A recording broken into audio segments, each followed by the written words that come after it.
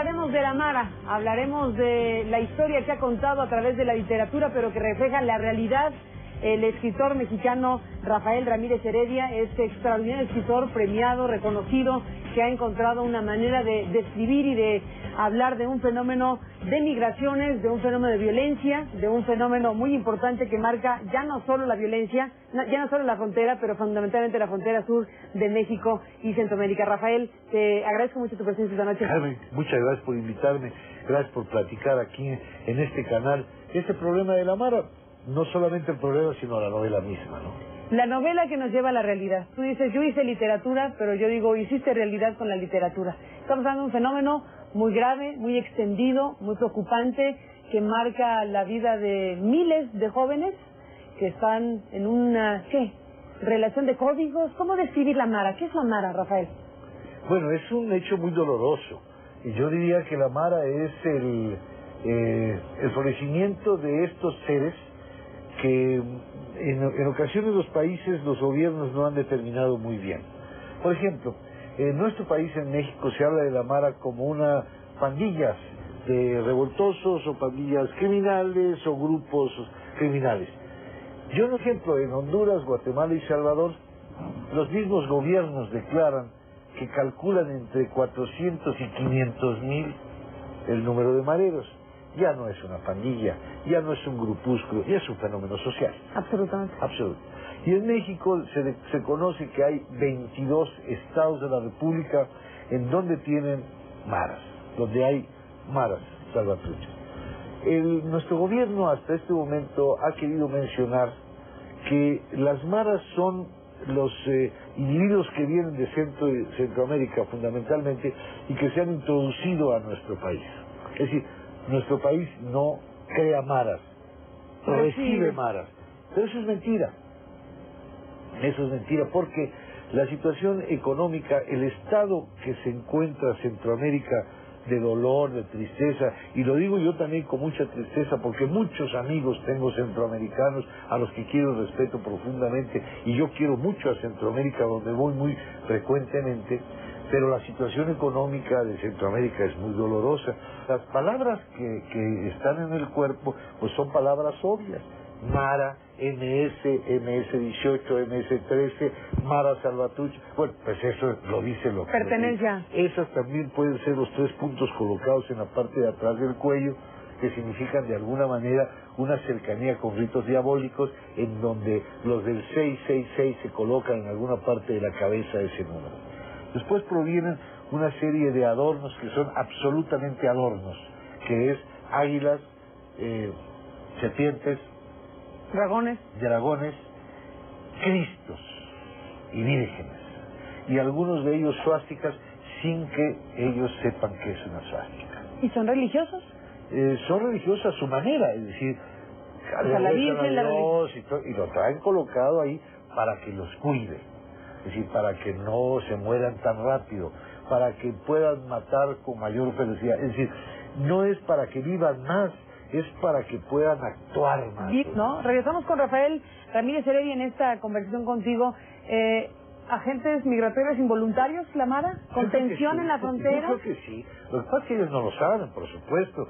Pero si están en la frontera entre México y Guatemala deteniendo todos los migrantes... A los migrantes los asaltan, a los migrantes los no migrantes guatemaltecos, ecuatorianos, hondureños, salvadoreños, todo hasta el sur, hasta colombianos, chinos y coreanos. ¿Y ahí todos no pasan? Esos los que llegan.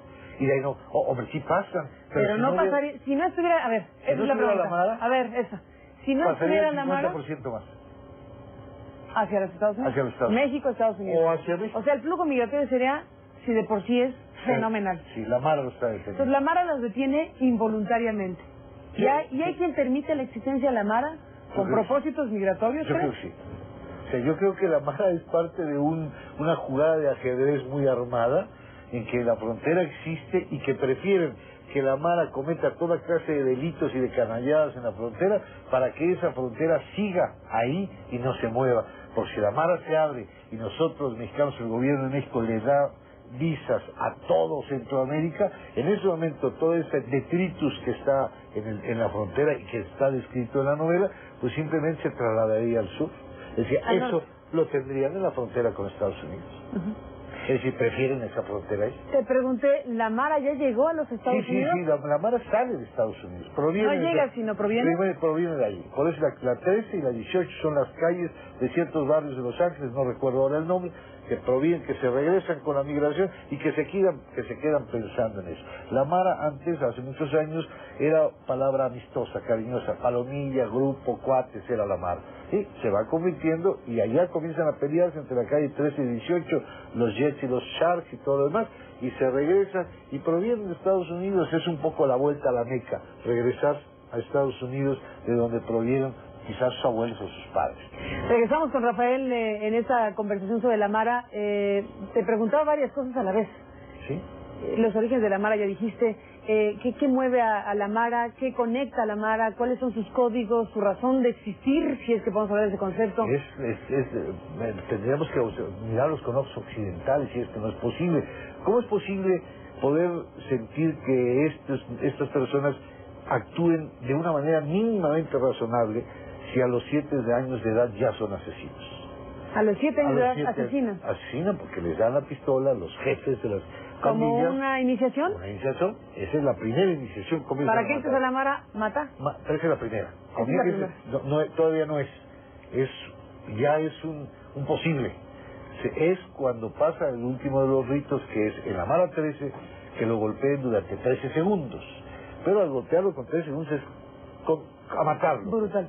Patadas en la cabeza, en el hígado, que lo pueden matar. En ese momento ya forma parte de la Mara. En ese momento ese individuo, el que sea, es absolutamente incorruptible. Nunca, jamás va a dejar de ser marero. Jamás. Los pocos mareros que han dejado de serlos son correteados, asesinados o viven ocultos. Yo he tenido la oportunidad de hablar con algunos de ex-maras y las historias que me han platicado son tan terribles que no las puse en la novela porque la novela ya tenía su grado de terrible, ya no podía... O sea, Cuéntanos una.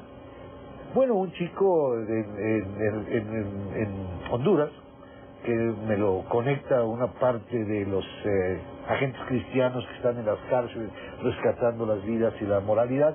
A este lo han rescatado de la Mara, lo tienen oculto, a mí me lo pueden presentar, el tipo va con las camisas hasta acá para no enseñar los tatuajes, las placas, como ellos dicen, porque ellos hablan de plaquear, y a mí ya me plaquearon, y con las lágrimas, ya no usan las lágrimas sobre las mejillas, que cada lágrima representaba un asesinato, y la lágrima mayor, no en grosor, sino en peso específico, era cuando se mataba a la mamá. ¿A la mamá, Rafael? A la mamá del individuo. O sea, no a la mamá de otro, la mamá del mismo. ¿A su propia madre? A su propia ¿Como parte de rituales? No, como parte de ser, digamos, más importante dentro de su clica, dentro de su grupo, dentro de su palomilla. Porque si tú habías matado a 5 y yo a 5, ¿quién es más importante? Pues yo maté a mi papá y maté a mi mamá, soy más importante. Es otro de los procesos brutales. ¿Pero qué sentido de pertenencia macabro, terrible? ¿Qué es eso? Es romper con el pasado, porque su nueva familia, ellos pertenecen al nuevo grupo de la Mara, por eso se han tatuado y por eso se identifican entre unos y otros. ¿Qué los une? ¿Qué es lo que une a la Mara, a esos chicos o personas? Los une la desesperanza, la violencia, el dolor, la impunidad absoluta. Ahí no hay policía que se acerque, no hay soldados que se les acerque. ¿Por qué? Porque los soldados tienen una paga. Cobran cada quincena y los policías también. Y estos no. Y estos están ahí porque son absolutamente leales a su mundo. ¿Pero por qué? ¿Qué los mueve? ¿Qué? ¿La desesperanza? ¿La desesperación? La desesperación, la incomunicación, la falta de comida, no hay esperanza. Pero esto no es una generación, estos son 4 generaciones. Si medimos el asunto, viene desde las posiciones de las nuevas políticas económicas, que son las que permean. Si nosotros vemos las nuevas posiciones económicas y las juntamos contra la Mara, podría ser... Defíneme la Mara, según tu punto de vista. ¿Qué son los Mara? Los Maras son seres desesperados, diabólicos seres desesperados, que al no tener salida actúan contra todo lo que se mueve. ¿Hijos de quién? Hijos del neoliberalismo. Hijos diabólicos del neoliberalismo.